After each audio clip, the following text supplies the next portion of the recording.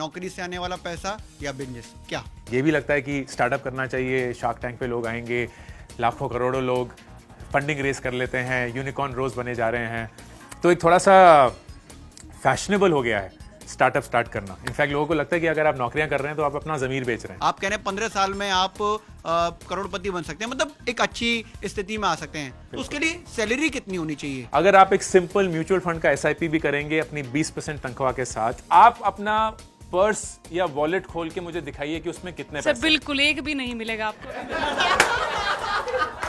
आप तो अब तो हम शुरू करके ही रहे हैं 10 और 5 15 17 रुपए हैं। और बिल्कुल नहीं है, तो आप घर कैसे वापस जाएंगी? मैं जो है ऑनलाइन पे करती हूँ, हो सके मुझ पे कोई यकीन ना करे। अभी चला आप बताएं। इसमें है 1,39,633 रुपए 37 पैसे। इसमें से 50,000 हमारी भैंस बिकी थी, उन्होंने दी। नहीं मैं बता रही हूँ, आपने भैंस को कुर्बान कर दिया लेकिन उससे इन्वेस्टमेंट नहीं करी। इट ब्लोज माई माइंड कि आप इतनी मेहनत करके ये पैसा कमाती हैं और फिर इस पैसे को बैंक अकाउंट में पड़ के सड़ा रही हैं। भारत पे के को फाउंडर रहे अश्नीर ग्रोवर के साथ क्या तल्खी हो गई कि वो ये कहते हैं कि साथ कि मेरा नाम और अंकुर वारिकू का नाम एक सेंटेंस में ना लिया जाए। जब भारत पे इतना बड़ा नहीं था और अश्नीर शार्क टैंक पे नहीं आए थे, तो मुझे लगता है ऐसे कि भारत में काफ़ी लोग उनको शायद उस नाम से नहीं जानते होंगे। मेरे पापा का नाम अशोक है, मेरी माँ का नाम नीरजा है। तो जब मैं पैदा हुआ था तो मेरे माँ पापा ने इन अ मोमेंट ऑफ क्रिएटिविटी मेरा नाम अश्नीर रखा था, अशोक और नीरजा का मिलन। और कहानी ये है। मेरा सवाल जेनजी को लेकर है। जेनजी मैं हो गई और भी यहाँ पे लोग होंगे, वो वर्क लाइफ बैलेंस पे बहुत ही ज़्यादा विश्वास रखते हैं। तो जेनजी ना एक बड़ा इंटरेस्टिंग जनरेशन है, क्योंकि हमें लगता है कि ये अलग ही है ना, इनके सर पे कोई सींग लगे हुए हैं, ये अलग से ही पेश आते हैं, इम्पेशेंट है, हर चीज़ रातों रात चाहिए, हर चीज़ क्लिक पे चाहिए, कपड़े click, movies click, cab click, खाना क्लिक, प्यार भी चाहिए तो स्वाइप राइट। मैं मिड एज लोगों के बारे में पूछना चाहता हूँ, मतलब आपकी हमारी उम्र के अगर जो लोग होंगे, मान लीजिए कि उन्होंने जीवन भर कोई इन्वेस्टमेंट नहीं की, अब उनसे जब बात करते हैं ना कि यार इन्वेस्टमेंट शुरू की जाए, तो बोलते हैं यार इस उम्र में क्या खाक मुसलमान होंगे। उनके पास भी बिल्कुल स्कोप है सर, बिल्कुल स्कोप है।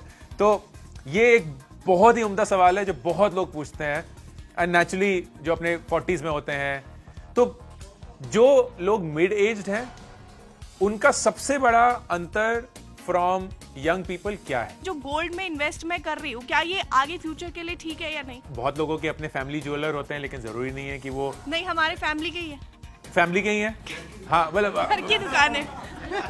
फिर तो आप बाकी लोगों ने की हम वैशाली से सोना खरीद रहे हैं, खरीदना चाहिए कि नहीं? शेयर्स, म्यूचुअल फंड्स या फिर क्या, जो मतलब इसमें रिस्क बहुत कम है कि हम सोच सकते हैं। जेन्युइनली 5 चीजों में अगर आप इन्वेस्ट करेंगे तो आप रिस्क को भी अच्छे से मैनेज करेंगे, रिटर्न भी अच्छे से कमाएंगे और 5-10 साल में आपका पैसा बहुत अच्छे से बढ़ेगा। मोबाइल पे एप्लीकेशन जो डाउनलोड करते हैं, अलग अलग स्टॉक ब्रोकिंग ऐप, और वहाँ पर ना ट्रेडिंग करनी शुरू कर दी। एक तरीके का नशा है, लत लग जाती है ना, वो खिलवाड़ जो होता है, क्योंकि बायोलॉजिकली हमें इन सब चीज़ों से बड़ी एक्साइटमेंट मिलती है कि अरे स्टॉक चढ़ गया, स्टॉक उतर गया, अरे बेच दो, खरीद लो। सभी कंटेंट क्रिएटर्स जो हैं वो इस बात को लेकर चर्चा करते हैं कि अपना घर लिया जाए या किराए पे घर लिया जाए। 20s में तो प्लीज घर मत खरीदिए, क्योंकि आप बेकार में अपने आप को वो बंधन में डाल रहे हैं। नमस्ते, मैं अविचल दुबे न्यूज़ तक के मंच पर आप सभी का इस्तकबाल करता हूं। हम मंच पर लगातार आपको नई नई पर्सनैलिटीज से मुलाकात कराते हैं, उनसे रूबरू कराते हैं। आज एकदम खास है और आप देखेंगे मंच पर जो है तादाद जो है सवालों की बढ़ने वाली है, क्योंकि सबको पैसा बनाना है साहब। तो पैसा कैसे बनाए, बढ़ाएं, इसको लेकर हमारे साथ आज बातचीत करने के लिए एंटरप्रेन्योर, ऑथर, कंटेंट क्रिएटर, 2-4 और मुझे उपमाएं देनी पड़ेंगी। हमारे साथ अंकुर वारिकू साहब हैं। अंकुर जी, आपका खूब खूब स्वागत है थैंक यू मंच पर। अंकुर भाई की किताब आई है मेक एपिक मनी, ये पेंगुइन ने छापी है और इस समय तमाम जो डिजिटल प्लेटफॉर्म है उस पर अवेलेबल है। आप अपनी जर्नी के बारे में बताएं, मतलब शुरुआत से लेकर अब तक, छोटी बताएं लेकिन ज़रूरी बताएं। मैं मंच पे आने के लिए बहुत बहुत शुक्रगुजार हूँ। जर्नी बड़ी इंटरेस्टिंग रही है। जहाँ मैं आज हूँ वहाँ मैं बिल्कुल भी प्लान करके नहीं पहुँच सकता था।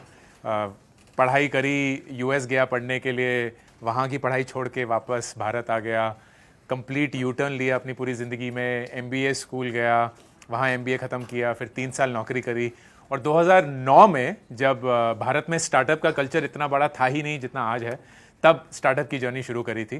पिछले 15 साल से स्टार्टअप्स करता आ रहा हूँ, बहुत सारे स्टार्टअप कर चुका हूँ, ग्रुपॉन, नियरबाय।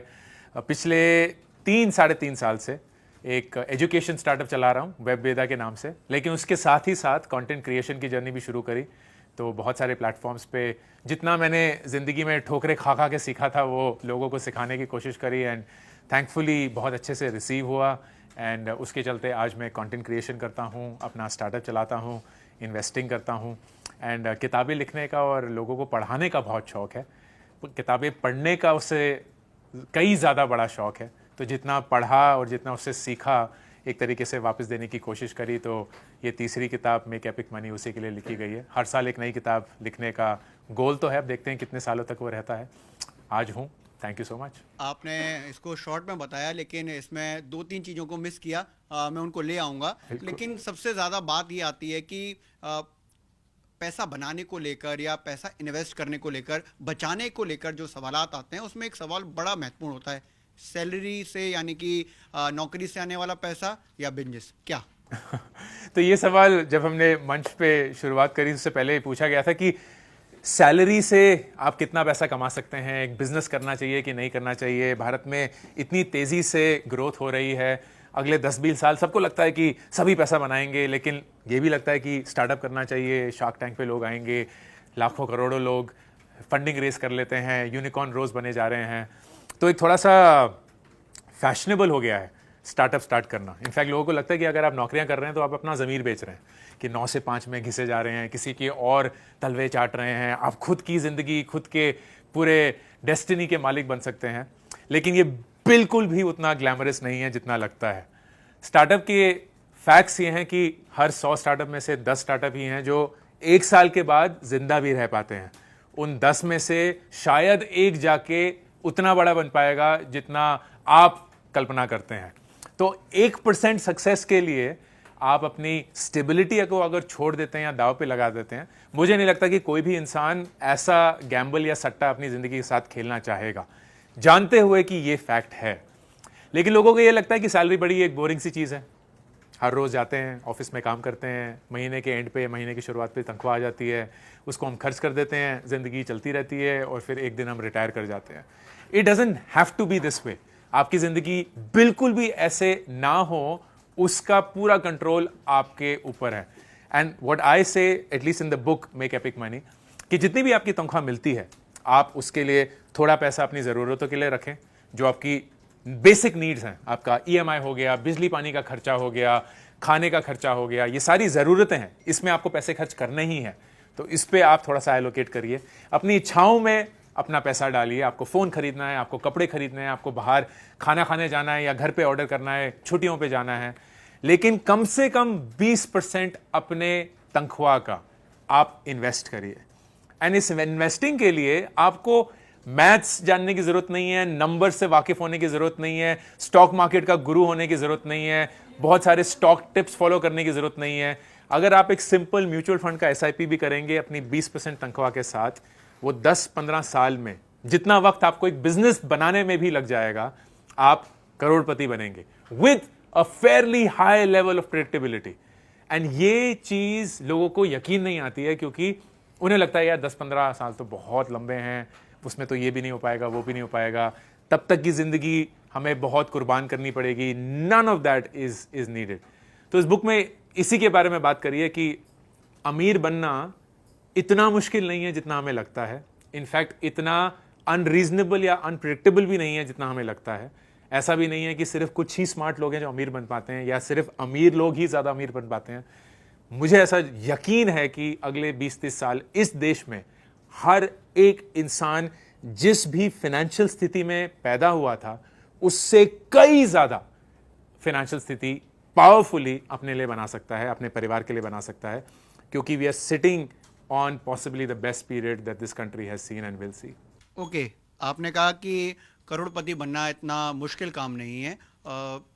अगर आप केबीसी में नहीं गए हैं तो, है ना। तो करोड़पति बनने के लिए जो आपने फिनोमिना ड्राइव किया होगा, बेसिकली मैं ये जानना चाहता हूँ वो सैलरी कितनी है ना।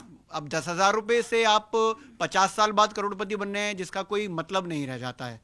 आप कह रहे हैं 15 साल में आप करोड़पति बन सकते हैं, मतलब एक अच्छी स्थिति में आ सकते हैं। तो उसके लिए सैलरी कितनी होनी चाहिए, जिस तरह से आप इन्वेस्टमेंट को बता रहे हैं? और अगर आप इसको 100 रुपये या 1,000 रुपये, 10,000 रुपये से एक फिनोमेना अगर बता सके तो बहुत बेहतर रहेगा। हर एक तनख्वाह का रेंज है हमारे देश में। मैंने 1 लाख पर महीने की भी तनख्वाह पे इन्वेस्टिंग का वीडियो बनाया है, 50,000 पे भी बनाया है, 25 पे भी बनाया है, 10 पे भी बनाया है। 2 चीजें हैं जो इन्वेस्टिंग में सबसे ज्यादा जरूरी हैं। नंबर 1, आप कितने वक्त के लिए इन्वेस्ट कर रहे हैं। जरूरी नहीं है कि आप कितना इन्वेस्ट कर रहे हैं। तो लोगों को लगता है यार जब हमारे पास बहुत पैसा होगा ना तब हम इन्वेस्ट करना शुरू करेंगे। गलत। आप जब बहुत यंग हैं, अपने 20s में हैं, अपने अर्ली 30s में हैं, अपने लेट 30s में भी अगर हैं, आपके पास अभी भी 20, 30, 40 साल पड़े हुए हैं अपने वर्किंग लाइफ के।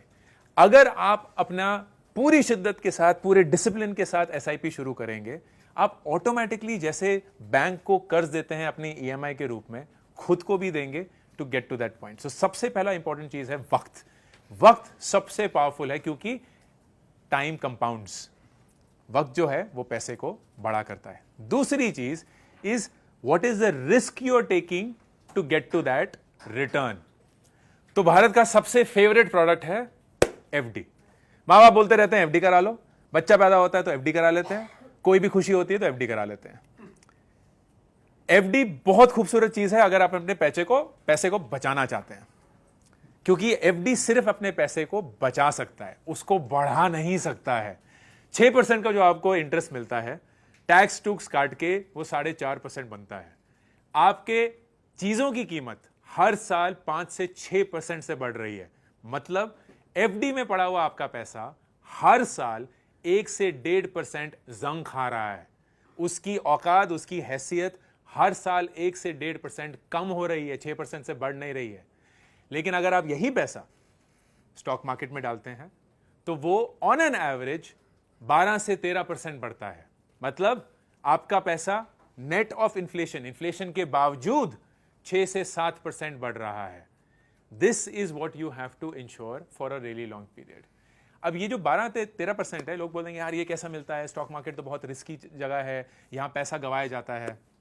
एंड सारी ऑडियंस यहां बैठी हुई है, शो ऑफ हैंड से इस सवाल का जवाब देंगे, ठीक है? सारे इन्वॉल्व होंगे एंड कैमरामैन सर सबको कवर करेंगे। ये बताइए, अगर आप भारत की टॉप 50 कंपनीज, भारत की जो टॉप 50 कंपनियां हैं, like usual Reliance, SBI, HDFC, TCS, जो सब हम जानते हैं, अगर आप उनके स्टॉक खरीदेंगे, it's called the Nifty 50 index. Nifty 50 index नामक की चीज होती है। अगर आप उसमें इन्वेस्ट करेंगे 1 साल के लिए, तो क्या प्रोबेबिलिटी है कि, क्या संभावना है कि आप उसमें पैसे बनाएंगे? मतलब आपका पैसा पॉजिटिव रिटर्न पे बैठेगा। क्या संभावना है बताइए? जिसको जो आप आंसर बताइए, ठीक है? आंसर शाउट आउट करिए। आपको क्या लगता है क्या संभावना है? सर बताइए। बहुत बढ़िया, सही जवाब। राइट, आपको मिलते हैं 1 करोड़ रुपए। तो 50% संभावना है कि 1 साल में आपका या तो पैसा बनेगा या नहीं बनेगा। अब तो ये तो बहुत रिस्की है। ये तो हो गया भाई सिक्का उछालो, अगर हेड्स आया तो पैसा बन गया, टेल्स आया तो पैसा गया। क्यों कोई करेगा? मत करिए, मैं भी आपके साथ हूं। इस 1 साल को आप 5 साल बनाते हैं। अगर आपने 5 साल निफ्टी 50 में पैसा डाला तो क्या संभावना है कि आप पैसा बनाएंगे? अब बताइए आंसर। आप नहीं, कोई और। क्या 50% से ज्यादा है संभावना? कितने लोगों को लग रहा है? हाथ खड़ा करिए। 50% से ज्यादा? 50% से कम बताइए, हाथ खड़ा करिए। ओके, एक मैम है, बाकी लोग काम में मशरूफ हैं, जो कि होना चाहिए। कोई भी और जवाब? आपको क्या लगता है मैम, कितनी संभावना है? सर मेरे पास तो पैसे ही नहीं है। हर एक इंसान की यही दुविधा है, हर एक इंसान की यही दुविधा है। मैं अभी यकीन से बोल सकता हूं कि अगर आप मुझे, वैसे परमिशन मत दीजिएगा, लेकिन अगर मैं आपसे परमिशन मांगूं कि आप अपना पर्स या वॉलेट खोल के मुझे दिखाइए कि उसमें कितने पैसे। बिल्कुल एक भी नहीं मिलेगा आपको।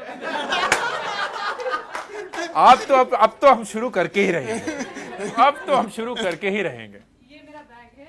नहीं नहीं, मैं नहीं देखूंगा, मैं नहीं देखूंगा। आप हमें दिखाएंगे या बताएंगे कि आपके पास बटुए में या वॉलेट में या बैंक में कितने पैसे हैं। ओके सर, अभी बता रही हूँ। मैम की SIP हम आज ही शुरू 10 करेंगे। रुपए, 2 रुपए, 5 रुपए, 10 और 5 15, 17 रुपए। और बिल्कुल नहीं है तो आप घर कैसे वापस जाएंगी? मैं जो है ऑनलाइन पे करती हूँ, मतलब ओ, और वो पैसे कौन देते हैं? भगवान। वो बस टपक जाते हैं। नहीं वो पैसे तो कोई भी आजकल कैरी नहीं करता है। मतलब मैं आई एम सरप्राइज कि आपको 17 रुपए भी है, इतने तो होते भी नहीं है। अच्छा। बैंक में कितने पैसे हैं? बैंक में रुको, पेटीएम अभी आपको चेक करा दें। बहुत बढ़िया। सर कम होंगे तो मतलब मुझे गरीब ना कहा जाए। ना कोई डोनेशन भी आ सकता है इस पर। आप डोनेशन आ सकता है। रुको अभी बता रही हूँ मैं। हो सके मुझ पे कोई यकीन ना करे, अभी चला आप बताएं। इसमें है 1,39,633 रुपए 37 पैसे। इसमें भी सुनिए, इसमें से 50,000 हमारी भैंस बिकी थी, उन्होंने दिए। नहीं मैं बता रही हूँ। आपने भैंस को कुर्बान कर दिया, लेकिन उससे इन्वेस्टमेंट नहीं करी। मतलब इस पैसे को नहीं सर, आप ये बताइए भैंस को कैसा लगेगा सुनिए जब अब। 1 साल बाद वो 50,000 रुपए की भैंस की औकात अब सिर्फ 48,000 रुपए हो गई होगी। सर क्या हुआ कि जैसे मेरे बैंक में पैसे जो हैं एकदम जो है 20,000 पे चले गए थे, तो मैं जो हाँ नहीं प्लीज बताइए। जो ये होता है ना कि मतलब माएँ जो हैं अपनी बेटियों के लिए बहुत ही इमोशनल होती हैं। हाँ। तो भैंस जो है उसकी कीमत थी 1 लाख की कुछ थी, और तो उन्होंने कहा कि चलो कुछ पैसा अपनी गरीब बेटी को मैं दे दूं। तो मतलब इस तरह से ऐसे थोड़ा थोड़ा ट्रांसफर हुआ। जैसे नया भैंस का क्या होता पति, मतलब उसको हिंदी में क्या बोलते हैं, बैल जैसे। हाँ, तो मतलब उसको लेके आएंगे तो भी कुछ हिस्सा लड़कियों को देते हैं। तो वो पूरे परिवार का हिस्सा बनते तो मेरे पास इतना पैसा इकट्ठा हुआ है। अब आप क्या करिएगा इस धनराशि का? इसका मेरी माँ मुझे मतलब मेरे ब्याह में जेवर वेवर बनवा देगी इस पैसे के। तो ये आपके बैंक अकाउंट में क्या कर रहा है? ये मेरे बैंक अकाउंट में है सर, मतलब क्योंकि मेरे नाम से है तो ऐसा। पर उन्होंने आपको जिम्मेवारी दी है इस पैसे की? हाँ ठीक है। कितने साल की दी है ये जिम्मेवारी? करीब ये कहा कि जब तक जीवेगी तेरा ही है। तो मतलब जिंदगी भर के लिए पैसा ये आपका? हाँ मतलब पक्का यकीन से बोल रही हैं? हाँ ठीक है। अगर मैं आपसे एक सवाल पूछूं, एंड ये सवाल का आप बिल्कुल कैलकुलेट नहीं करेंगे, हाँ, फट से जवाब देंगे। अगर ये 50,000 रुपए आप अगले 15 साल यही 50 जो टॉप कंपनियां हैं उसमें डालेंगे, ठीक है, आपको क्या लगता है इसका कितना बन जाएगा? नहीं मालूम सर कुछ भी। अरे बता दीजिए, बस नंबर बताइए। सर मैं तो चाहूंगी कुछ करोड़ मिल जाए ना, मतलब कुछ इस टाइप। चाह से तो नहीं मिलेगा। आपको लगता क्या है कि कितना मिल सकता है? सर कुछ भी नहीं लगता, मालूम ही नहीं, मतलब इतना पैसा बन सकता है क्या? 2 लाख, 3 लाख, कुछ नंबर दीजिए मुझे। 10 करोड़। नहीं ओके। तो नंबर देना ना, तो मैं तो अपनी ओर से संभावनाएं पूरी तलाशूंगी ना। एक प्रैक्टिकल थोड़ा सा एस्पेक्ट भी डाल दें। मतलब लाखों में लगा लें, अगर 50,000 है तो मुझे कोई 10 लाख भी मिल जाए तो मैं। चलिए देखते हैं कि इसका कितना मिलेगा। ठीक है, कितने साल के लिए डालना चाहेंगी? ये मैं डालना चाहूंगी सर 1-2 साल के लिए। नहीं 5 साल आपने काउंट किया था। भैंस बेचारी को कितना दुख होगा मुझे यकीन नहीं आ रहा। नहीं सर वो मुझे बेचारी बताएं, कोने में रो रही होगी। मुझे सर मेरी- 5 लाख में कितना कुछ करना है, देश घूमना है, दुनिया घूमना, अपने लिए कुछ बिल्कुल करना है घूमेंगे। सबसे पता क्या आपका नाम? सोनिया। सोनिया, मैं ये नहीं बोला कि ये किताब आपके लिए लिखी गई है, लेकिन अगर आप इस किताब को पढ़ेंगे ना तो मेरा दिन तो कम से कम बन ही जाएगा। क्यों? क्योंकि जब मैंने ये किताब लिखी ना तो शायद मेरे जहन में एक सोनिया ही थी, एक ऐसा इंसान जो अपनी जिंदगी अच्छे से जीना चाहता है, हाँ बहुत अच्छे से मेहनत करता है, हाँ कभी भी ना कोई जेब काटता है, ना किसी को गाली देता है, ना हाँ। किसी को कोई तकलीफ देता है, एंड कहीं भी कोई गलत काम से पैसे नहीं कमाना चाहता, बट कंप्लीटली अनअवेयर है कि यार वो जिंदगी जो मैं अपने लिए चाहती हूं वो मैं अपने लिए कैसे बना सकती हूं। बनाऊं, हाँ। Right? कोई आइडिया ही नहीं है कि शुरुआत कैसे करें। एंड इस किताब में, मैं किताब की चर्चा नहीं कर रहा, मैं जनरली बता रहा हूं कि काश आप मेरी आंखों से ये देख पाती कि आप अपनी जिंदगी कैसे बदल सकती हैं, कंप्लीटली बदल सकती हैं। एंड इसमें बिल्कुल भी आपको कुछ ऐसा नहीं करना है जिससे आप खुश नहीं होंगी या कंफर्टेबल नहीं होंगी। कुछ भी ऐसा करने की जरूरत नहीं है। बट प्रॉब्लम सबसे बड़ी पता क्या है सोनिया, कि वो जो पहला कदम लेना होता है ना, वो हम ले ही नहीं पाते हैं, तो हम कभी भी अपने आप को उस आदत में नहीं डालते कि हमें अपने पैसे के लिए उतनी ही जिम्मेवारी रखनी है जितना हम अपने परिवार की तरफ रखते हैं। इट ब्लोज माई माइंड कि आप इतनी मेहनत करके ये पैसा कमाती हैं और फिर इस पैसे को बैंक अकाउंट में पढ़ के सड़ा रही हैं। मतलब इससे ज्यादा अच्छा वर्ड मैं यूज नहीं कर सकता हूं। आप इस पैसे को जला रही हैं। आपने तो एफडी भी नहीं कराई है, आप तो सेविंग्स अकाउंट में जो 3% ब्याज दे रहा है, 6% से चीजें बढ़ रही हैं। हर साल आपके 1 लाख रुपए 3% से कम हो रहे हैं, मतलब 3,000 रुपए आपके उड़ गए। वो जो 1 लाख रुपए बचे होंगे उनकी औकात होगी ही नहीं, वो सिर्फ 97,000 की चीजें खरीद सकते हैं। एंड यही अगर आपने 2 साल 3 साल कर लिया कि यार जब पैसे आएंगे, जब प्रमोशन आएगी, जब तनख्वाह आएगी तब मैं करूंगी, गेम ही खत्म हो गई। लेकिन अगर आप इसको इन्वेस्ट करना शुरू करेंगे, आपने कोई भी म्यूचुअल फंड एसआईपी करी है? नहीं करी है। क्या आप महीने के, and I don't know if this is even public data या आप कंफर्टेबल हैं भी कि नहीं, लेकिन आपको मैं एग्जांपल यूज करके कर रहा हूं कि फर्ज करिए अगर आप महीने के 30 या 40,000 रुपए कमाते हैं, जितना भी, मेरा आपसे ये सवाल होगा कि क्या आप उस तनख्वाह के 20% हर महीने सेव करके इन्वेस्ट कर सकती हैं? हाँ या ना? कई बार हाँ, कई बार ना। बहुत बढ़िया। क्योंकि हर महीने के खर्च हमारे ऊपर नीचे होते रहते हैं। बिल्कुल ठीक है, कोई बात नहीं, बिल्कुल परफेक्ट है। क्या आप हर 3 महीने में क्लैरिटी ला सकती हैं कि इस 3 महीने में सब कुछ जोड़ जाड़ के मैं 20% सेव कर पाऊंगी या 10% सेव कर पाऊंगी? हाँ। ठीक है, आपको उतनी रेगुलरली एक एसआईपी करनी होगी। एसआईपी जरूरी नहीं है हर महीने हो, हर क्वार्टर भी हो सकती है, हर साल भी हो सकती है, जो भी आपकी शिद्दत है। एंड आप जैसे, आपके पास कोई लोन चल रहा है? नहीं। ओके, कभी आपने लोन लिया है जिंदगी में? नहीं, सोचा जरूर लेकिन लिया नहीं कभी। बहुत बढ़िया किया, ठीक है, मत लीजिएगा कभी। अगर भगवान करे आपको कभी लोन की जरूरत ही ना पड़े, लेकिन अगर कभी लेंगी, जब वो ईएमआई देना होगा तो डर होगा कि यार ईएमआई तो देनी है, बैंक का डर होगा ना।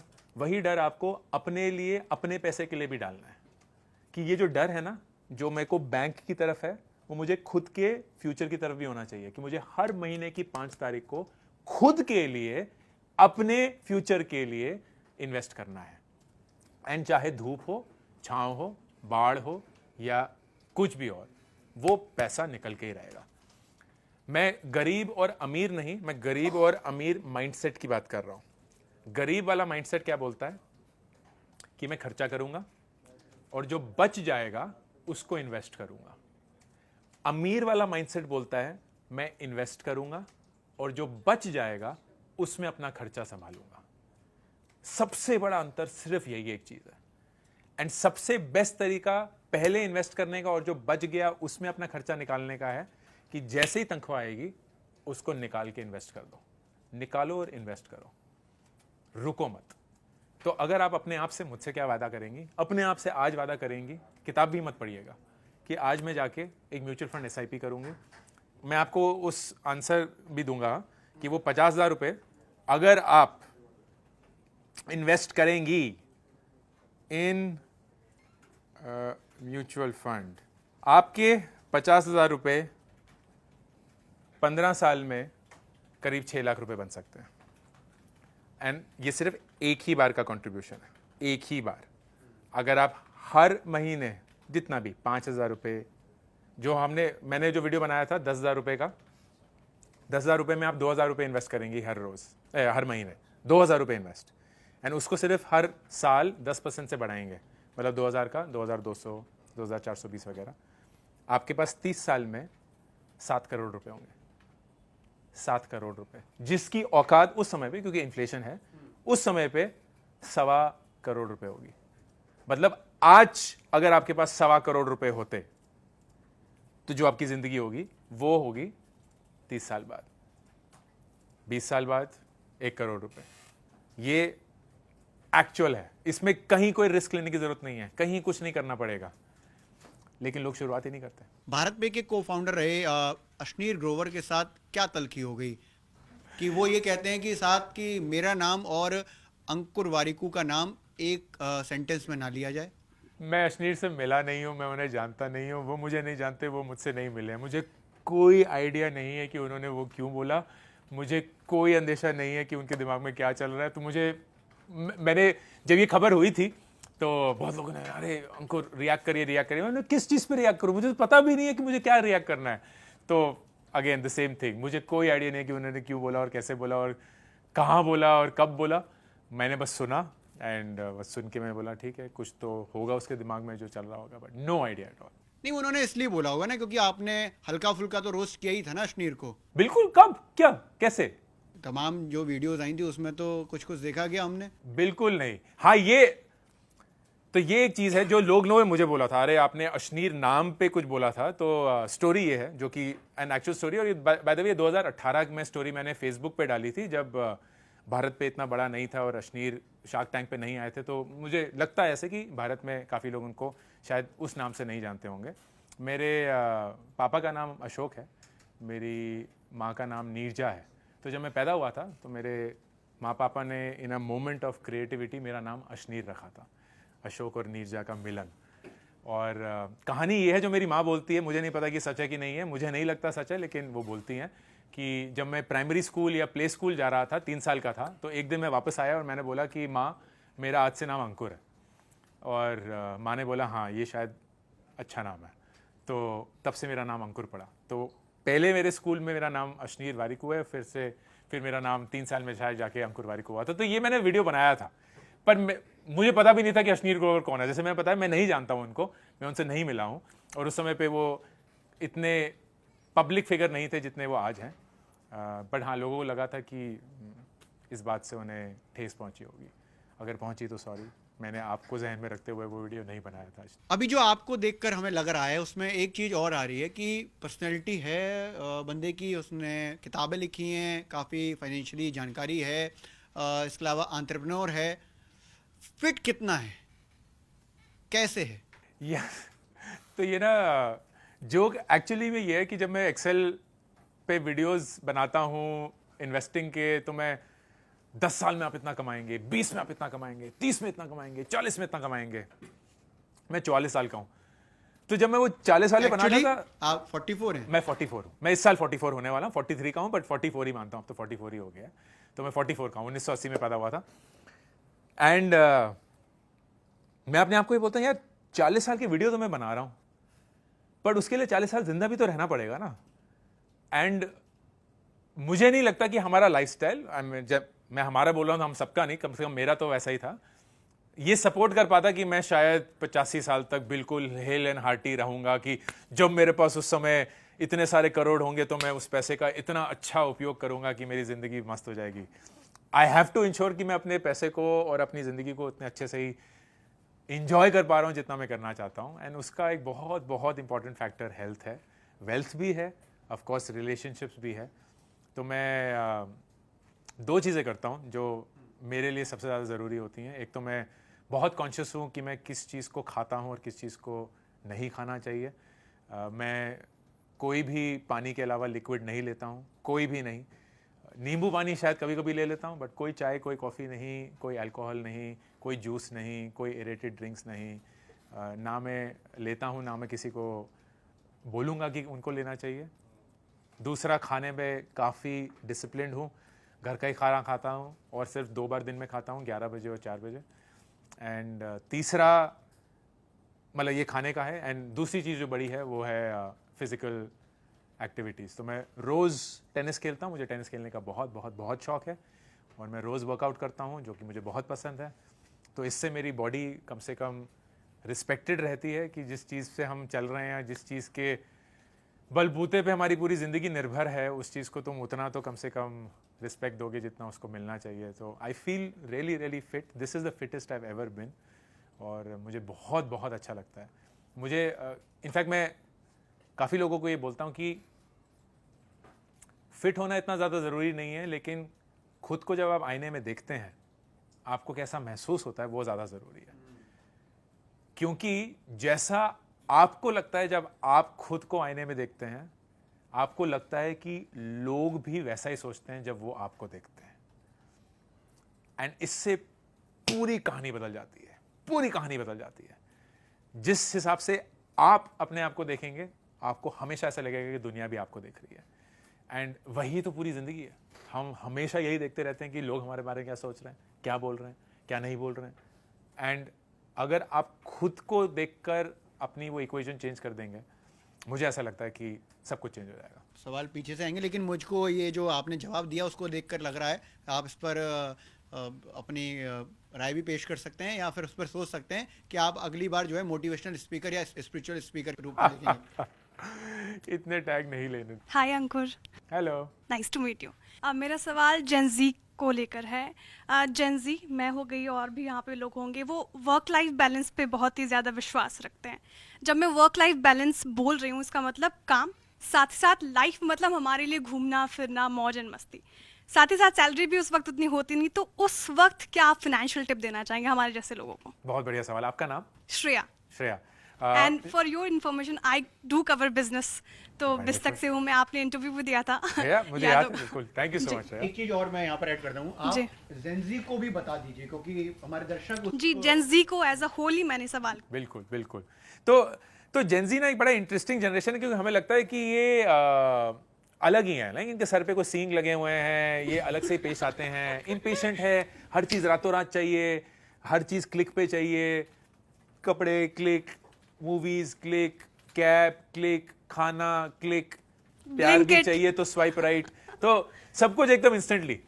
एंड जब खासकर ऑफिस एनवायरनमेंट में मैं चर्चा करता हूं, तो ज़्यादातर मैनेजर्स बोलते हैं यार टिक ही नहीं पाता है, हमेशा एकदम पैर पे पंख लगे हुए हैं, यहाँ इधर से उड़े जा रहे हैं, उधर से उड़े जा रहे हैं, इम्पैक्ट नहीं आ रहा है। लाइक मैं अक्सर 22-23 साल के लोगों से मिलूंगा, एंड उन्होंने अभी नौकरी शुरू करी होगी, और मैं बोलूँगा कि कैसे चल रहा है यार, मज़ा नहीं आ रहा अंकुर। क्यों, क्या हुआ? मैं ना इम्पैक्ट नहीं क्रिएट कर पा रहा हूँ। तो मैं कितना टाइम हो गया भाई काम करते हुए? 6 महीने हो गए अंकुर।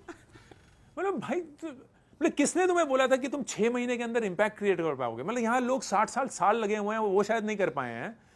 तुम्हें किसने बोला था कि 6 महीने के अंदर तुम्हें अपने काम में, वो भी पहली नौकरी में, इम्पैक्ट क्रिएट करना है? क्योंकि उन्हें वेट करने की आदत नहीं डली है। सबसे बड़ी चीज है, भारत जब 1980, 1990, 2000 में भी एक ऐसा देश था जहां हर एक चीज के लिए हमें वेट करना पड़ता था। मुझे याद है, बहुत सारे दर्शकों को भी याद होगा कि आपको गाड़ी के लिए भी वेट करना है, घड़ी के लिए भी वेट करना है, दूध के लिए भी वेट करना है, गाने सुनने के लिए वेट करना है। वो वेडनेसडे को 7 बजे चित्रहार आता था, और अगर भगवान ना करे उस समय बिजली चली गई, जो कि अक्सर जाती थी, तो अगले हफ्ते ही आएगा। आप ऐसा नहीं है कि ऑन डिमांड में ये गाना सुनना है तो सुन पाएंगे। You had no choice but to wait. तो वो पूरी जनरेशन को ना रो रो के, पीट पीट के वेट करना सिखाया गया है। हमें पसंद नहीं था, लेकिन हमारे पास कोई चॉइस नहीं थी, तो हम बाय लक वेट करना सीख चुके हैं, जान चुके हैं। हमें पता है कि हर एक चीज जो हमें चाहिए वो वक्त से ही मिलती है। लेकिन आज की जनरेशन को वो सारी चीजें नहीं दिखी हैं। हर एक चीज, जैसे मैंने बताया, ऑन डिमांड उसी समय मिल जाता है, तो उन्हें कोई ट्रेनिंग ही नहीं मिली है कि वो वेट कैसे करें। तो सबसे बड़ा लर्निंग जो है श्रेया, ना सिर्फ आपके लिए बट पूरी जेंजी के लिए, कि यार सबसे पहले आपका कसूर तो नहीं है कि आप ऐसे हैं, बिल्कुल आपका कसूर नहीं है। जैसे कि हम वो पूरा श्रेय नहीं ले सकते कि यार हम एकदम बिल्कुल अच्छे से वेट करना चाहते हैं और हम बिल्कुल पेशेंट हैं, वैसे ही आप भी बिल्कुल गलत नहीं है कि आप ऐसे ही हैं। और दूसरी चीज ये आपको समझना पड़ेगा कि जिंदगी में जो सबसे इंपॉर्टेंट चीजें होंगी, पैसा, प्यार, शान, शौकत, ये सारी चीजें वक्त से ही आएंगी, रातों रात नहीं आएंगी। लेकिन इसके लिए आपको अपनी करंट जिंदगी भी त्यागने की जरूरत नहीं है। तो जैसे मैंने बुक में बताया, एक सिंपल सा रूल है, अपने पैसे को लेकर बजटिंग का एक अप्रोच रखिए। सबसे बेस्ट बजटिंग पर्सन हमारे देश में हमारी मां है। हमारी मां ने चाहे 100 रुपए हो, 1000 रुपए हो, 50,000 रुपए हो, बैल बेचना पड़े, कुछ भी करना पड़े, उन्हें पैसे हमेशा समझ में आते थे। एंड जब डिमोनेटाइजेशन हुआ था, तो पता नहीं कहां कहां कनस्तर से वो पैसे निकल के आए। लाइक दाल के डब्बों में से निकल रहे हैं, बेड में से निकल रहे हैं, अलमारियों में कहीं छिपे हुए थे। And I was at least shock कि माँ, हमारे पास पैसे नहीं होते थे, आपने इतने पैसे कैसे बचा लिए? क्योंकि उनके पास वो फितरत थी। उन्हें पता था कि कितना दूध वाले को देना है, कितना सब्जी वाले को देना है, कितने दाल खरीदनी है, कितनी शैम्पू खरीदना है, साबुन खरीदना है, उन्हें सब पता होता है, क्योंकि उनके अंदर वो ट्रेनिंग है। यही सिंपल सी चीज यूज करनी है। तो रूल है 50-30-20 रूल। मतलब अगर आपको तनख्वाह मिलेगी महीने की, फर्ज करिए 100 रुपए, उसमें से 50 रुपए आप अपनी जरूरतों पे खर्च करेंगे। ये वो चीजें जो आपको खर्च करनी ही करनी है जिंदगी जीने के लिए। तो आपका रेंट हो गया, आपके खाने पीने का खर्चा हो गया, आपके बिजली पानी का खर्चा हो गया, आपके ट्रैवल का खर्चा हो गया, ये सारी चीजें जो आपकी जरूरतें हैं, इस पे आप 50 रुपए खर्च करेंगे। 30 रुपए आप अपनी इच्छाओं पे खर्च करेंगे। तो आपको फोन खरीदना है, आपको कपड़े खरीदने हैं, आपको पार्टी करने जाना है, आपको वेकेशन या छुट्टी पे जाना है। एंड देन 20 रुपए आप इन्वेस्ट करेंगे। ये सिंपल रूल है, कोई रॉकेट साइंस नहीं है, कोई ऐसा आइंस्टाइन का दिमाग नहीं चाहिए इसको एग्जीक्यूट करने के लिए। लेकिन सबसे बड़ी कमी जो आजकल है कि हम यही नहीं जानते कि हमारा पैसा जा कहां रहा है। हम यही नहीं जानते कि हमारे पास पैसा कितना है। हम यही नहीं जानते कि इस पैसे का कहां कहां खर्चा होगा। लेकिन अगर वो हम कॉन्शियसली ट्रैक करना शुरू करें और एक 50-30-20 मोटा मोटा रूल अपनाएं, तो आप अपनी जिंदगी की जरूरतें पूरी कर पाएंगे, जिंदगी की ख्वाहिशें भी पूरी कर पाएंगे और अपने आने वाली जिंदगी को भी सुरक्षित कर पाएंगे थ्रू इन्वेस्टिंग। ये एक तरीका है श्रेया जो मैं रेकमेंड करूंगा। थैंक यू अंकुर। एक और सवाल है मेरा, आपने स्टार्टअप को लेकर कहा भी थोड़ी देर पहले कि बहुत ही ग्लैमरस है, आपने मतलब अपना रुझान दिखाया नहीं उस तरफ, लेकिन अगर आपके पास आइडियाज़ हो और सरकार भी बहुत से स्कीम्स देती है, मुद्रा योजना हुई हो गया, 50,000 से 10 लाख तक की लोन आपको आसानी से मिलता है, और आपके पास वो आइडिया हो, पैसे भी हो, तो why should not we opt for startups? नहीं, मैं ये नहीं बोलूंगा कि स्टार्टअप मत करिए, मैं ये बोलूंगा कि स्टार्टअप गलत फहमी में मत करिए। तो मैं 3 कारण बताता हूं जो स्टार्टअप करने के सबसे गलत कारण है। गलत, सही नहीं, गलत कारण। कारण नंबर 1 कि आप पैसा कमाना चाहते हैं। स्टार्टअप पैसे कमाने का सबसे बेकार तरीका है, क्योंकि आप टेक्निकली बोल रहे हैं मैं अपना वक्त, अपना पैसा, अपना तजुर्बा एक 10% प्रोबेबिलिटी पे खेलूंगा। आप वो अपनी जिंदगी में नहीं करेंगे, तो आप इसके साथ क्यों करेंगे? पैसा कमाना फार मोर प्रिडिक्टेबल है अगर आप एक कॉर्पोरेट लैडर को अच्छे से करेंगे, अच्छे से 10-20 साल नौकरी करेंगे, अच्छे से पैसे इन्वेस्ट करेंगे, आप अच्छे से रिटायर भी करेंगे, जिंदगी भी जी चुके होंगे, शान शौकत भी मिली होगी, रुतबा भी आया होगा, एंड ऑफ कोर्स अपने पैसे भी कमाए होंगे। स्टार्टअप पैसे कमाने का सही तरीका नहीं है। अगर स्टार्टअप चल गया तो फिर तो आप बहुत कमा लेंगे, लेकिन ना चलने के चांसेस 99 हैं, तो वो नहीं। दूसरा कारण कि आप अपनी जिंदगी से परेशान है, आप अपनी नौकरी से परेशान है, आप अपने मैनेजर से परेशान है, आप अपने ऑफिस से परेशान है, वो कितना दूर है उससे परेशान है, वो कितना ऑफिस में ठंड होती है या गर्मी होती है, वो कुर्सी ठीक से नहीं चलती है, इंटरनेट स्लो है, आप बेसिकली हर एक चीज से परेशान है। तो आप बोले यार जिंदगी बदलनी है, तो नौकरी वोकरी छोड़ के स्टार्टअप करते हैं। बिल्कुल गलत रीजन। ये तो कोई भी काम करने का सही रीजन नहीं हो सकता कि भागने अपनी करंट जिंदगी से is never a good reason to do something else. And तीसरा गलत रीजन कि हर एक इंसान कर रहा है, फोमो में है। क्योंकि फोमो में कोई भी डिसीजन अगर आप लेंगे तो वो शॉर्ट टर्म ही होगा कि यार हर एक इंसान, मेरे सारे दोस्त स्टार्टअप कर रहे हैं, क्या मैं ही गधा हूं, मैं नहीं कर रहा हूं? मेरे हर एक इंसान बिस्तक पे कवर हो रहा है, उसने ये फंडिंग उठा ली, उसने वो फंडिंग उठा ली, क्या मैं ही पागल हूं कि मैं तनख्वाह पे बैठा हुआ हूं? जब भी आप फोमो डिसीजन लेंगे आप इनवेरेबली गलत डिसीजन ही लेंगे, क्योंकि आपको पता ही नहीं कि आपने वो डिसीजन क्यों लिया। आपने तो लोगों की देखा देखी में वो डिसीजन ले लिया। ये 3 कारण है जहां मैं बोलूंगा कि स्टार्टअप मत करिए। अगर इसके बियॉन्ड कोई भी कारण है कि आप आइडिया से बहुत पैशनेट हैं, आपको फंडिंग भी मिल चुकी है, आपके माँ बाप आपको सपोर्ट करते हैं, आपके फ्रेंड्स आपको सपोर्ट करते हैं, आप में वो जज्बा है, प्लीज करिए, बिल्कुल करिए। अगर हार भी गए ना, बहुत सीखेंगे, लेकिन गलत रीजन की वजह से स्टार्टअप मत करिए। अंकुर जी, जेन ज़ी की बात चूंकि श्रेया ने की है, मैं मिड एज लोगों के बारे में पूछना चाहता हूँ। मतलब आपकी हमारी उम्र के अगर जो लोग होंगे, मान लीजिए कि उन्होंने जीवन भर कोई इन्वेस्टमेंट नहीं की, अब उनसे जब बात करते हैं ना कि यार इन्वेस्टमेंट शुरू की जाए, तो बोलते हैं यार इस उम्र में क्या खाक मुसलमान होंगे, जीवन भर तो किया नहीं, अब क्या करेंगे? तो मैं ये जानना चाहता हूँ क्या उन लोगों की गाड़ी निकल चुकी, या क्योंकि वक्त तो उतना नहीं है जितना जेन ज़ी के पास है, तो उन लोगों की गाड़ी निकल चुकी है या उनके पास भी कोई स्कोप है स्टेशन पे रुकने का? उनके पास भी बिल्कुल स्कोप है सर, बिल्कुल स्कोप है। तो ये एक बहुत ही उम्दा सवाल है जो बहुत लोग पूछते हैं, एंड नेचुरली जो अपने 40s में होते हैं। तो जो लोग मिड एज्ड हैं उनका सबसे बड़ा अंतर फ्रॉम यंग पीपल क्या है, एंड वो है कि कितना वो कमा रहे हैं। अगर आपने सही से सब कुछ किया होगा तो जितना एक फ्रेशर की या एक यंग प्रोफेशनल की सैलरी होगी उससे कई ज्यादा आपकी होगी अगर आप 10-20 साल इंडस्ट्री में रहे हैं। तो आपके इन्वेस्ट करने का टाइम कम हो चुका है, लेकिन इन्वेस्ट करने की कैपेसिटी काफी है। अनलेस ऑफ कोर्स आपने आपको कर्ज में डुबो दिया है, क्योंकि घर भी खरीद लिया है, गाड़ी भी खरीद ली है, ये भी हो गया वो भी हो गया, क्योंकि अगर कर्ज में डूबे हुए हैं तो फिर तो काफी मुश्किल होगा। लेकिन जो वो 20% का मैंने श्रेया को बताया एक मिनिमम इन्वेस्टमेंट अमाउंट होना चाहिए, वही 20% एक मिड एज इंसान के लिए एक बड़ा अमाउंट हो सकता है, क्योंकि बेस बहुत बड़ा हो चुका होगा सैलरी का। तो आप कान यहां से पकड़े या घुमा के, चाहे वक्त को लंबा करें या अमाउंट को बड़ा करें, एंड रिजल्ट बिल्कुल वही आ सकता है। And you still have 10, 15, 20 years before you retire. तो बिल्कुल आपका बनता है कि आप इन्वेस्ट करना शुरू करेंगे। आप उतना रिस्क नहीं ले सकते जितना एक यंग इंसान ले सकता है। क्यों? क्योंकि आपके पास रिस्पॉन्सिबिलिटीज हैं, आपको अपने पैसे को सुरक्षित रखना है। तो आपका पोर्टफोलियो जो होगा वो डिफरेंट होगा। ज्यादा स्टॉक मार्केट की तरफ रुझान नहीं होगा, ज्यादा आपका सेफ इंस्ट्रूमेंट्स की तरफ हो जाएगा, चाहे वो पीएफ हो, गोल्ड हो या पेंशन फंड हो या कुछ और। लेकिन इन्वेस्ट इन्फ्लेशन को बीट करने के लिए वो तो बहुत ही जरूरी है, क्योंकि ये तो रियलिटी है ना कि 10-20 साल में आपकी इनकम रुक जाएगी, लेकिन आपके खर्चे तो नहीं रुकेंगे।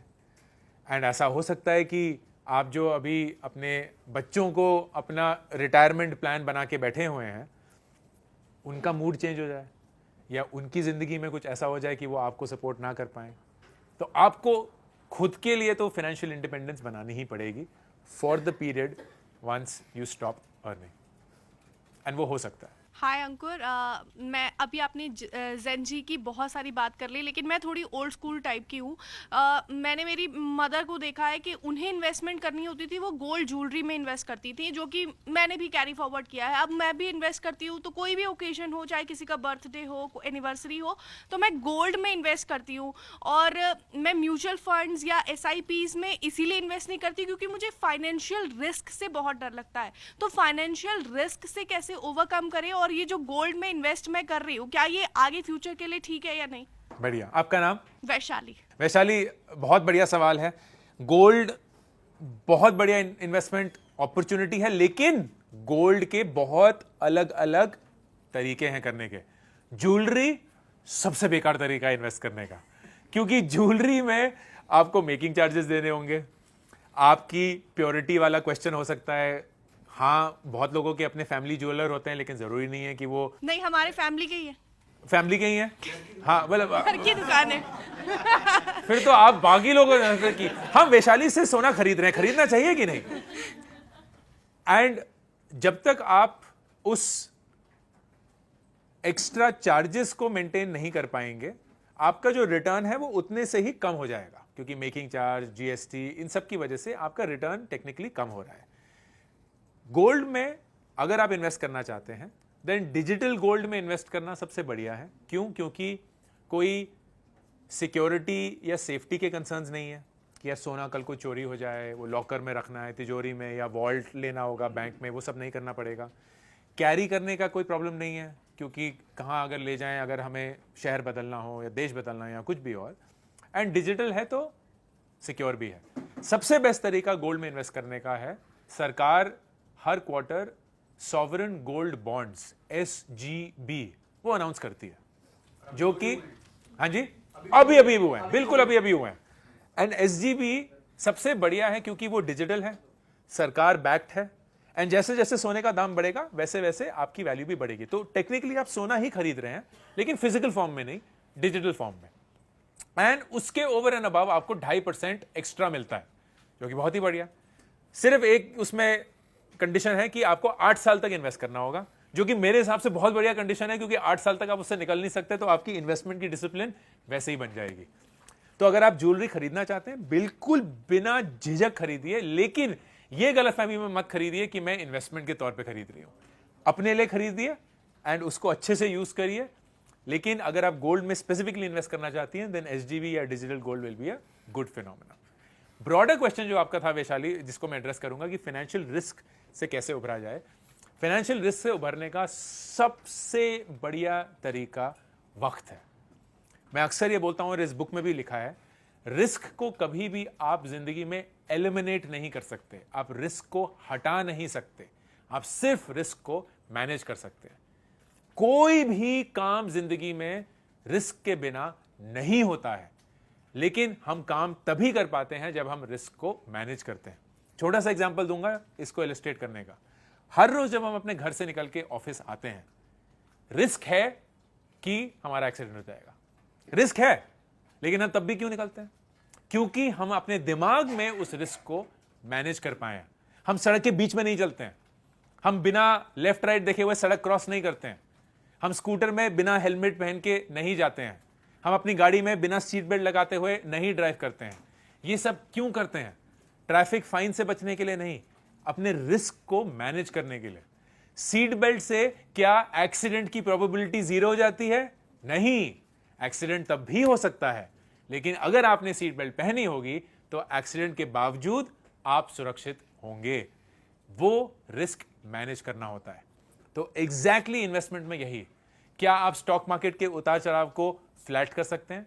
नहीं, क्योंकि वो नहीं है वो इंस्ट्रूमेंट, वो अलग है। तो वो उतार चढ़ाव तो चलेगा ही, होगा ही। उसको मैनेज कैसे किया जाए? लंबे ड्यूरेशन तक इन्वेस्ट करके। So long term investing is the best way to manage risk in the stock market. Hi Ankur, जब से हमारा इंटरव्यू शुरू हुआ है आपने म्यूचुअल फंड, स्टॉक्स, इन्वेस्ट, इन सब के बारे में बहुत बात करी है। बट बहुत बार ऐसा होता है, कहा जाता है कि अगर आप किसी के थ्रू म्यूचुअल फंड्स में इन्वेस्ट कर रहे हैं, बहुत सोच समझ के करना, क्योंकि हो सकता है कि सामने वाला आपके पैसे लेके भाग जाए या फिर आपको डिच कर दे, आपको धोखा दे दे। तो और हम लोगों को जैसे इतना नॉलेज नहीं है कि म्यूचुअल फंड्स क्या सही है कि गलत है, तो हम दूसरे पे रिलाय होते हैं।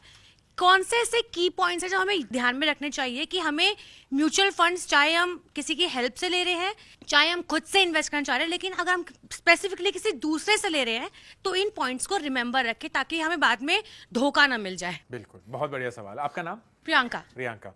तो प्रियंका, म्यूचुअल फंड खरीदने के दो तरीके होते हैं, एक होता है डायरेक्ट, एक होता है रेगुलर।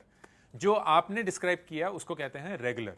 एंड रेगुलर ज्यादातर चलता है हमारे देश में। रेगुलर का मतलब कि कोई आके हमें बताएगा कि ये म्यूचुअल फंड ले लीजिए, ये बहुत बढ़िया है, ये है, ये वो है।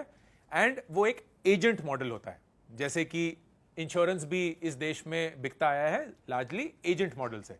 हमें बड़ा अच्छा लगता है क्योंकि हाई टच मॉडल है, लोग आएंगे, हमारा फोन उठा लेते हैं, दिवाली पे मिठाई भी आ जाती है, तो बड़ा अच्छा सा माहौल बना रहता है, जैसे हमारा एक सोशल नेचर है। बट आपका पॉइंट भी बहुत वैलिड है। अगर हम उनको जानते ही नहीं है, या कल को अगर उनके साथ ही कुछ हो गया, पता ही नहीं कि हमारा पैसा इन्वेस्टेड था भी कि नहीं था, किधर था, कैसा था। एंड एक बहुत बड़ी चीज जो अक्सर लोगों को नहीं पता होती है कि रेगुलर म्यूचुअल फंड जब भी आप खरीदते हैं वो आपके लिए महंगा होता है। क्यों? क्योंकि जितना भी आप, म्यूचुअल फंड फ्री नहीं होता। म्यूचुअल फंड खरीदने के लिए आपको पैसे देने पड़ते हैं, क्योंकि म्यूचुअल फंड को तो भी अपनी रोजी रोटी चलानी ही है। उसको बोलते हैं एक्सपेंस रेशियो, जो कि एक परसेंटेज होता है आपकी इन्वेस्टमेंट का। तो फर्ज करिए अगर एक्सपेंस रेशियो 1% है, तो अगर आप 100 रुपए इन्वेस्ट करेंगे तो 99 रुपए इन्वेस्ट होंगे और 1 रुपए म्यूचुअल फंड रखेगा अपने खर्चे पानी के लिए। अगर आप रेगुलर म्यूचुअल फंड खरीदते हैं तो एक्सपेंस रेशियो ज्यादा होता है। क्यों? क्योंकि एजेंट की कमीशन भी उसके अंदर जुड़ी होती है, क्योंकि उनको भी तो पैसे कमाने हैं। तो इसीलिए आजकल direct mutual fund is a better way of buying. Direct mutual fund का मतलब आप डायरेक्टली म्यूचुअल फंड जो आपको चाहिए वहां से खरीद रहे हैं, या तो उनकी वेबसाइट से, या बहुत सारे डिजिटल प्लेटफॉर्म्स अब आ चुके हैं। तो ज़ीरोधा हो गया, कॉइन हो गया, अपस्टॉक्स हो गया, 5 पैसा हो गया, एंजल ब्रोकिंग हो गया, HDFC सिक्योरिटी हो गया, ICICI सिक्योरिटी हो गया। ये सारे ब्रोकरेजेस होते हैं जहां आप स्टॉक्स खरीद या बेच सकते हैं एंड म्यूचुअल फंड खरीद या बेच सकते हैं। And they are all direct. तो आपके बीच में कोई और शख्स नहीं होगा, आप उस म्यूचुअल फंड के ओनर होंगे। जब आप खरीदना चाहें, जितना खरीदना चाहें खरीद सकते हैं, जब आप बेचना चाहें, जितना बेचना चाहें बेच सकते हैं। डायरेक्ट आपके बैंक में पैसा आएगा और आपके बैंक से पैसा निकलेगा एंड वो यूपीआई या नेट बैंकिंग से कनेक्टेड होगा। कोई पासवर्ड शेयर करने की जरूरत नहीं है। जैसे हम ई कॉमर्स का ट्रांजैक्शन करते हैं वैसे ही इसका ट्रांजैक्शन हो जाता है। तो this according to me is the best way to buy mutual funds. लोगों पे भरोसा करके कर सकते हैं, लेकिन क्यों उनको ज्यादा पैसे दें जब सस्ते में ही एग्जैक्ट सेम चीज मिलेगी, कोई अंतर नहीं। एक मेरा सवाल आपसे एक और ये है कि जब हम घर के बड़े बच्चे होते हैं एंड स्पेसिफिकली जब लड़कियां घर की बड़ी बच्ची होती हैं तो जिम्मेदारी और ज़्यादा आ जाती है, और जब आप एक एज में ऐसे पहुंचते हैं कि कुछ सालों बाद आपको शादी करनी है and you don't want to कि आपके पेरेंट्स के ऊपर ज़्यादा बर्डन हो, और आपने इतने सारे इन्वेस्टमेंट्स के भी ऑप्शन बताए, और लेकिन जब मैं विशाली से भी इस बात पे एग्री करूंगी कि हमारे पेरेंट्स भी यही बोलते हैं कि गोल्ड ले लो, बुरे वक्त में भी काम आ जाएगा, कल को अगर हमारे पास पैसे नहीं हुए तो। बट अगर हम बहुत लॉन्ग टर्म पे ना जाए, 5 to 10 ईयर्स का अगर हम गैप लेके चले अगर, तो सबसे सेफेस्ट क्या ऑप्शन है? क्योंकि पता नहीं कल को शादी हो, टिके ना टिके, सारे हम बैड सिनेरियो सोच लेते हैं अभी। और फिर अगर मैं आपसे पूछूं कि सबसे सेफेस्ट क्या होगा, गोल्ड में इन्वेस्ट करना जो कि आपने बताया कि बॉन्ड्स में कर लो, डिजिटल में कर लो, शेयर्स, म्यूचुअल फंड्स, या फिर क्या जो मतलब इसमें रिस्क बहुत कम है कि हम सोच सकते हैं? बिल्कुल, तो बहुत ही वैलिड सवाल है प्रियंका। इसका आंसर एक चीज नहीं हो सकती, क्योंकि एक चीज कभी भी किसी चीज का आंसर नहीं हो सकता। अगर मैं आपसे पूछूं कि यार मैं सबसे बेस्ट जिंदगी जीना चाहती हूं, वो एक चीज क्या होगी जो मुझे करनी होगी? आंसर इज कोई ऐसी कोई चीज नहीं है। बहुत सारी चीजें करनी पड़ेंगी, लेकिन वो बहुत सारी आपके कंट्रोल में होनी चाहिए। तो अगर आप 5-10 साल का एक सेफ रिलायबल ऑप्शन चाहते हैं, देन थिंक कि कुछ पैसा सेफ होना चाहिए ताकि उसको बहुत प्रिडिक्टेबली एक रिटर्न मिलता रहे। कोई शक या शिकवा नहीं होगी कि ये पैसा बढ़ेगा या नहीं बढ़ेगा, 100% बढ़ेगा। कुछ पैसे के साथ मैं थोड़ा सा रिस्क लेने के लिए तैयार हूं, बहुत कम पैसे के साथ मैं ज्यादा रिस्क लेने के लिए तैयार हूं, एंड इसका एक पोर्टफोलियो बनेगा। तो मेरी राय यह रहती है कि अगर आप अपने 20s में हैं तो करीब 30% लेट 20s में हो। हाँ, अपने लेट 20s में करीब 30% अपना पैसा एक सेफ एसेट में रखिए। सेफ एसेट क्या है? फिक्स डिपॉजिट थोड़ा लो रहेगा, उसमें पीएफ बहुत बढ़िया है। तो अगर आपका पीएफ कट रहा है तो प्लीज गलती करके वो 1200 रुपए मिनिमम जो होता है वो मत कटवाइए, मैक्स कर दीजिए अपना पीएफ। जितना 12.5% आपका जा सकता है, और फिर कंपनी कंट्रीब्यूशन भी 12.5% आएगा, उसको पूरा मैक्स करिए, क्योंकि ये फिक्स्ड रेट ऑफ रिटर्न है, सरकार का बैक्ड है, एंड आपका पैसा कट के आता है तो ऐसा लगता ही नहीं है कि आप इन्वेस्ट कर रहे हैं। बेस्ट चीज एवर है। ये टैक्सेस जैसे होता है, लाइक चाहे टैक्स जितने भी हैं, हम गालियां देते रहते हैं टैक्स को, लेकिन हम जिंदगी टैक्स के बाद जीना सीख लेते हैं ना। कहीं ना कहीं ऐसे तो नहीं होता कि नहीं सरकार के दरवाजे पे डाल के ठोक ठोक मार के नहीं मुझे टैक्स वापस करो, ऐसा तो नहीं करते। जितना टैक्स कट गया खत्म, अब इसी में भाई जिंदगी जीनी है। सेम चीज पीएफ के साथ भी है। तो पीएफ या आपका फिक्स डिपॉजिट, गोल्ड भी उसी में आएगा, लेकिन गोल्ड को एक दूसरा दर्जा भी देते हैं। फिर अराउंड 30% आप गोल्ड या अगर रियल एस्टेट में इन्वेस्ट कर सकते हैं उसमें, या बॉन्ड में कर सकते हैं, कॉर्पोरेट बॉन्ड्स उनको कहते हैं, उसमें। एंड देन जो बचा हुआ 40% है वो आप स्टॉक मार्केट में इन्वेस्ट करिए, और उसमें भी स्प्लिट जो होगा लार्ज, मिड और स्मॉल कैप का इन डिक्रीजिंग ऑर्डर। तो 60% आप लार्ज कैप में करेंगी, 25% स्मॉल मिड कैप में, 15% स्मॉल कैप में। ये पूरा chart by the way book में है। तो बुक में लिटरली एक कुंजी है कि ये टेबल बना हुआ है, कितना पैसा किस में डालना है, कितना पैसा किस में डालना है, कितना पैसा किस में डालना है, बेसिस आपकी उम्र कितनी है और आपकी तनख्वाह कितनी है। क्योंकि जरूरी नहीं है कि उम्र और तनख्वाह में सब सेम चीज करेंगे, नहीं करेंगे। अगर आप 3 लाख रुपए कमा रहे हैं, आपकी इन्वेस्टमेंट स्ट्रेटजी अलग होगी। अगर आप 9 लाख रुपए कमा रहे हैं, इन्वेस्टमेंट स्ट्रेटजी अलग होगी। अगर आप 40 में हैं अलग होगी, 20 में हैं तो अलग होगी। तो वो सारे के सारे एक मैप बना हुआ है। बट जेन्युइनली 5 चीजों में अगर आप इन्वेस्ट करेंगे तो आप रिस्क को भी अच्छे से मैनेज करेंगे, रिटर्न भी अच्छे से कमाएंगे, और 5-10 साल में आपका पैसा बहुत अच्छे से बढ़ेगा। एक लास्ट सवाल है मेरा बस ये कि आपने बताया कि कौन कौन से म्यूचुअल फंड्स, जैसे आपने स्टार्टिंग में बताया कि रिस्की हो सकते हैं, बट कौन कौन से 5 या 10 अगर आप बताना चाहो कि ये सेफेस्ट है, इसमें हम चांस लगा सकते हैं कि मतलब ये कंपनी के म्यूचुअल फंड्स या ये XYZ जो भी चीज़ है, इस पे आप खेल सकते हो, चांसेस है कि सेफ निकल जाओगे। तो इस अगले 5 साल के हिसाब से बताना। तो देख, मैं रिकमेंडेशन देने की कैपेसिटी में नहीं हूं, क्योंकि ना मैं जानता हूं और ना मैं क्वालिफाइड हूं देने के, तो वो मैं नहीं बताऊंगा। बट मैं आपको सेगमेंट्स बता सकता हूं, क्योंकि वो ज्यादा जरूरी है एज एन अप्रोच। लार्ज, जैसे मैंने बताया, बड़ी कंपनियों में आप इन्वेस्ट करेंगे, ज्यादा से ज्यादा पैसा बड़ी कंपनियों में करेंगे। क्यों? क्योंकि वो कंपनियां ना रातों रात उथलती पुथलती नहीं है।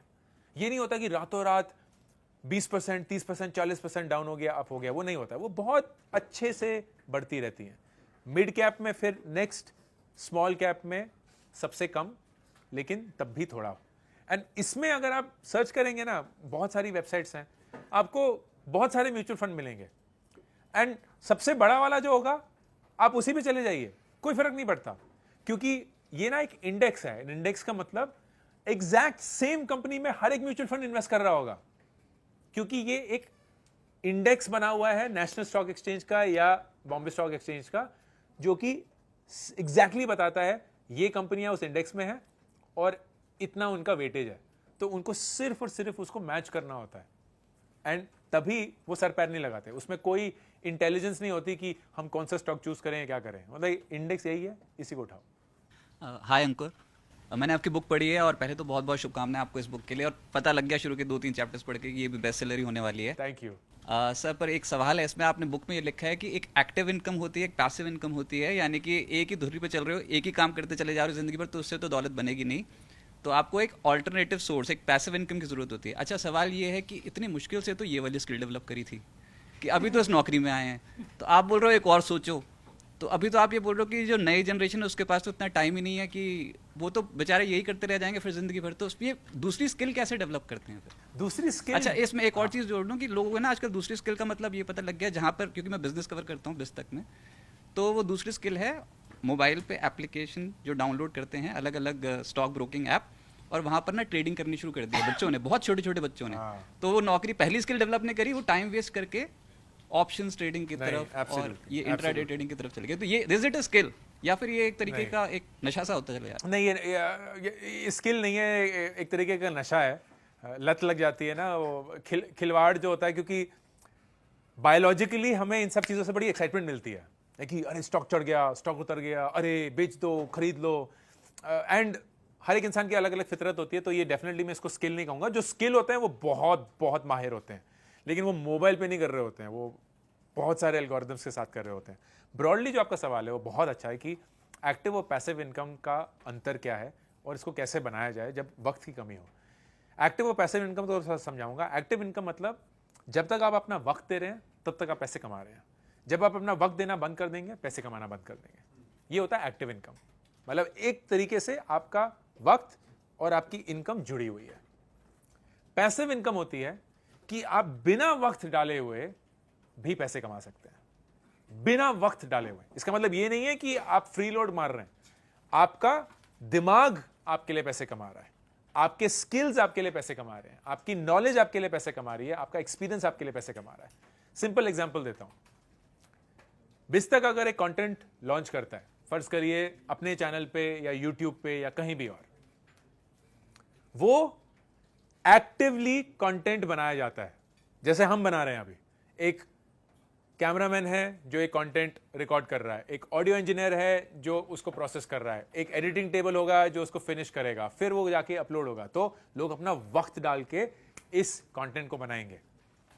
लेकिन जब ये कंटेंट फर्ज करिए यूट्यूब पे चला गया या बिजतक के प्लेटफॉर्म पे चला गया, वो अब जिंदगी भर के लिए वहां है। मतलब अगर कल को किसी ने अंकुर वारिकू मंच सर्च किया तो आज शूट हुए कंटेंट को वो कभी भी कंज्यूम कर सकते हैं, एंड उस पे चलते हुए एड्स उस समय भी पैसा कमा रहे होंगे, चाहे वो कभी भी बने हो। ये बनी पैसिव इनकम। आपने एक टाइम अपना वक्त डाला और फिर उस कंटेंट से एक तरीके से जिंदगी भर पैसा कमाया, चाहे जितना भी कम कमाया उसका फर्क नहीं पड़ता। किताब एक और एग्जांपल है। 3 महीने, 4 महीने, 6 महीने, 3 साल आपने लगा के किताब लिखी, वो आपकी एक्टिव इन्वेस्टमेंट है। लेकिन जब वो किताब छप गई तो वो अब जिंदगी भर जब तक बिकती रहेगी आपके लिए पैसा कमाती रहेगी, एंड ये आपकी पैसिव इनकम बन गई। तो सोच ये होती है कि यार मुझे दिहाड़ी का लेबर नहीं बनना है, मुझे ये नहीं करना है कि रोज सुबह मैं आऊंगा, चौक पे खड़ा होऊंगा और जो मुझे काम देगा उसके चलते मैं अपना पैसा कमाऊंगा।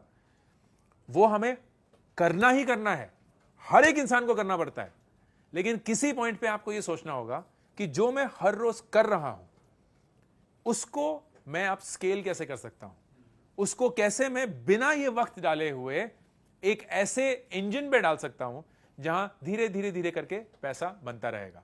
And investing is the best way to earn passively. आप थोड़ा वक्त डाल के, जैसे आप सब लोगों ने मुझे अपना कीमती वक्त दिया, ये एक एक्टिव इन्वेस्टमेंट थी। थोड़ा बहुत जो भी समझ में आया उसके चलते वापस गए, लेट्स से अपनी एक एसआईपी शुरू करी, एंड आपने एक म्यूचुअल फंड खरीद लिया या एक स्टॉक खरीद लिया या सोना खरीद लिया, कुछ भी और खरीदा। अब वो एसेट हर साल आपके वक्त के बिना ग्रो करता रहेगा। ये नहीं है आपने रिलायंस का स्टॉक खरीदा है तो आपको रिलायंस की फैक्ट्री जाके काम करना पड़ेगा। हो चुका है, आपने स्टॉक खरीद लिया एंड अब मुकेश अंबानी, पूरा परिवार और पूरी रिलायंस की कंपनी आपके स्टॉक प्राइस को इंक्रीज करने के लिए काम कर रही है। ऐसे सोचना है, तो वो पैसिव इनकम हो चुकी है। एंड अगर हो गई तो आपके पैसे बनेंगे, उनके भी बनेंगे, लेकिन आपको कोई प्रॉब्लम नहीं है, आपके भी बन रहे हैं। तो आपने जो एक्टिवली अपना वक्त खर्च करके ये पैसा कमाया, उस पैसे को आपने एक पैसिव इनकम स्ट्रीम बनाई बाय इन्वेस्टिंग। आपने एक्टिवली जो कंटेंट क्रिएट किया उसको एक पैसिव स्ट्रीम बनाई by uploading it on social media. आपने एक्टिवली जो किताब लिखी उसको एक पैसिव इनकम स्ट्रीम बनाई, पैसिव इनकम स्ट्रीम बनाई by publishing that book. And हर एक चीज, हर एक काम पैसिव बन सकता है, पर वो सोचना पड़ेगा कैसे। Multiple income streams is what you are referring to. तो लोगों को लगता है यार इससे तो सिर्फ 10,000 रुपए कमा रहे हैं, लेकिन अगर ये 2 करेंगे तो 20 हो जाएंगे, अगर ये 2.5 करेंगे तो 25 हो जाएंगे। तो मूनलाइटिंग भरपूर लगी हुई है, but that is still your time ना भाई। वो 24 ही तो घंटे हैं, तो तुम कितना अपना खून चूस के यहां भी 8 घंटे काम करोगे, इधर भी 8 घंटे काम करोगे, लोगों से झूठ बोलोगे, फर्जी डॉक्यूमेंट बना के यहां काम कर रहे हो, लोगों से छुपा रहे हो एंड एक सरप्लस इनकम बना रहे हो, बट वो है तो एक्टिव ही। तो that is not active income. Additional income is not active until is not passive until it requires your time।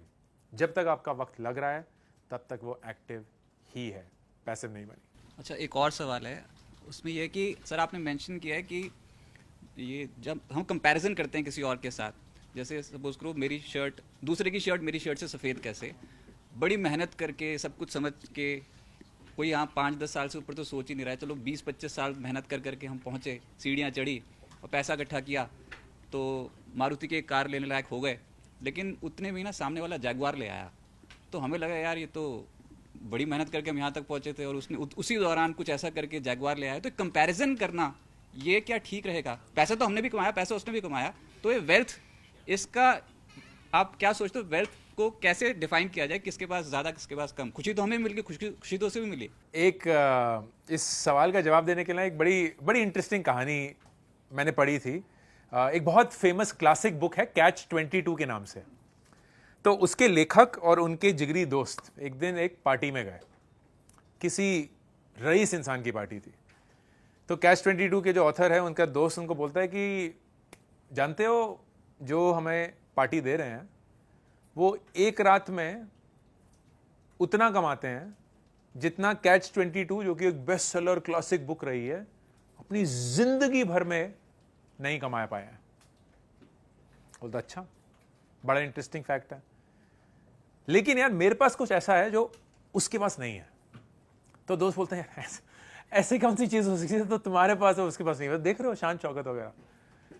तो बोलता है यार मेरे पास ना काफी है एंड दैट्स इट। तो पैसे का ना कोई अंत नहीं है एंड शायद होना भी नहीं चाहिए, लेकिन मैं अक्सर ये बोलता हूं कि हर एक इंसान की 2 जिंदगियां हैं। एक जिंदगी जब वो मेहनत करके उतने पैसा कमा लेता है जितना उसे पता है काफी है, एंड फिर उसके बाद उसकी दूसरी जिंदगी जाके शुरू होती है। और जो बेचारा अनलकी इंसान कभी भी काफी के पॉइंट तक नहीं पहुंच पाता ना, वो सिर्फ एक ही जिंदगी जी के मर जाता है और वो कभी भी खुश नहीं रह पाएगा, रह ही नहीं पाएगा। तो इस सवाल का तो कोई जवाब है ही नहीं। शायद किसी ग्रंथ वंथ में लिखा होगा या कुछ होगा, क्योंकि पैसा तो उस समय पे बना भी नहीं था, तो उन्हें तो इन सब चीजों के बारे में कुछ था भी नहीं। बट ये एक बहुत क्लैरिटी आ गई है, कम से कम मेरी जिंदगी में, यार हम एक ऐसे मकाम पे हैं जहां हम भूखे नंगे नहीं मरेंगे। हम इतने प्रिविलेज्ड हैं, खासकर इस देश में, जहां मैं डेटा पढ़ रहा था, आई डोंट नो आप लोगों ने डेटा पढ़ा कि नहीं, कि कितना कमाना होगा, कमाना भी नहीं, कितना आपका नेट वर्थ होना चाहिए, कितना आपका नेट वर्थ होना चाहिए to be in the 0.1% of the country, 0.1%। US के लिए वो नंबर था $25 मिलियन। तो किसी के पास $25 मिलियन होने चाहिए, मतलब कम से कम 200 करोड़ रुपए, to be in the 0.1%। Bharat के लिए वो नंबर था $280,000, 1.5 करोड़ रुपए। 1.5 करोड़ रुपए अगर आपके पास है नेट वर्थ किसी भी उम्र में, आप इस देश के 0.1% में हैं। 0.1%। अगर आप 1 लाख रुपए महीना कमा रहे हैं, आप इस देश के टॉप 7% लोगों में से हैं, 7%। तो इस देश में जिस पॉइंट पे मैं हूं, मुझे लगता है मेरे पास काफी से भी बहुत ज्यादा है, बहुत ही ज्यादा है। तो मैं भाग तो रहा नहीं हूं। अब जब आप भागना छोड़ देते हैं या आपको यकीन हो जाता है कि आपके पास काफी है, तो फिर सामने वाले के पास कितना है, क्या है, फर्क नहीं पड़ता, क्योंकि शायद वो अपने काफी तक पहुंचे ही नहीं है। उनकी काफी जैगुआर है, हम अपने ऑल्टो में ही खुश हैं। तो काफी है। एंड एक इसमें कोट है किताब में जो बहुत खूबसूरत है कि पैसा ना होना एक इंसान को गरीब नहीं बनाता, हमेशा किसी चीज को चाहना इंसान को गरीब बनाता है। पैसा ना होना इंसान को गरीब नहीं बनाता, हमेशा कुछ ना कुछ चाहते रहना वही इंसान को गरीब बनाता है। तो जो इंसान 1 लाख रुपए कमा के 50,000 रुपए में ही खुश है ना, वो बहुत ज्यादा खुश है उस इंसान से जो 10 लाख रुपए कमा के भी बोल रहा है यार मैं जब 20 कमाऊंगा ना तब खुश होऊंगा। वो तो कभी खुशी आएगी नहीं। ऑल द बेस्ट हो जाए। अभी सोशल मीडिया से लेकर सभी कंटेंट क्रिएटर्स जो हैं वो इस बात को लेकर चर्चा करते हैं कि अपना घर लिया जाए या किराए पे घर लिया जाए। इसको प्रिसाइजली अगर आप डिस्क्राइब कर सके तो हमारे जितने भी व्यूअर्स हैं वो जरूर जानना चाहेंगे कि क्या घर खरीदना आज के ज़माने में वो ट्रेंड नहीं रह गया है, अब किराए के घर में रहना ही ज़्यादा बेहतर है फाइनेंशियली, अगर हम इसको कंपेयर करके देखें तो? नहीं, ये इस सवाल का बहुत ही क्लियर जवाब है। अपने 20s में please please please please please घर मत खरीदिए, अनलेस मतलब लाने पड़ गए या कुछ तो हो ऐसा कि भाई लेना ही पड़ेगा। आप अपनी क्षमता के हिसाब से घर खरीदेंगे, आपकी तनख्वाह भी इतनी ज्यादा नहीं है, तो छोटा ही घर खरीद पाएंगे। वो घर इतनी जल्दी छोटा हो जाएगा क्योंकि आपकी शादी होगी, बच्चे होंगे, फिर माँ बाप साथ में रहेंगे, कुछ भी हो जाएगा। आप उस कॉलोनी से जुड़ जाएंगे, उस शहर से जुड़ जाएंगे, शायद देश से भी जुड़ जाएंगे, लेकिन इतनी अपॉर्चुनिटीज आपके पास होंगी। कल को बोलेंगे यार नोएडा नहीं गुड़गांव आ जाओ, नहीं यार यहाँ तो घर है, इतनी मुश्किल से खरीदा था ये सोच में ही आप फंस जाएंगे। आप बैंगलोर की तो कभी सोचेंगे ही नहीं, या बॉम्बे की तो कभी सोचेंगे ही नहीं। आप अपनी जिंदगी में इतनी जल्दी इतना ज्यादा बंधन क्यों बनाना चाहते हैं? इसका मतलब ये नहीं है कि घर मत खरीदिए। घर होना एक बहुत बहुत बड़ा साइकोलॉजिकल कंफर्ट है, लेकिन उस समय पे खरीदिए जब नंबर 1 आपके पास पैसा है उस घर को अच्छे से खरीदने का। ये नहीं है कि 90% लोन लेना पड़ेगा और जिंदगी भर नौकरी करनी पड़ेगी ताकि उस लोन को चुकाएं।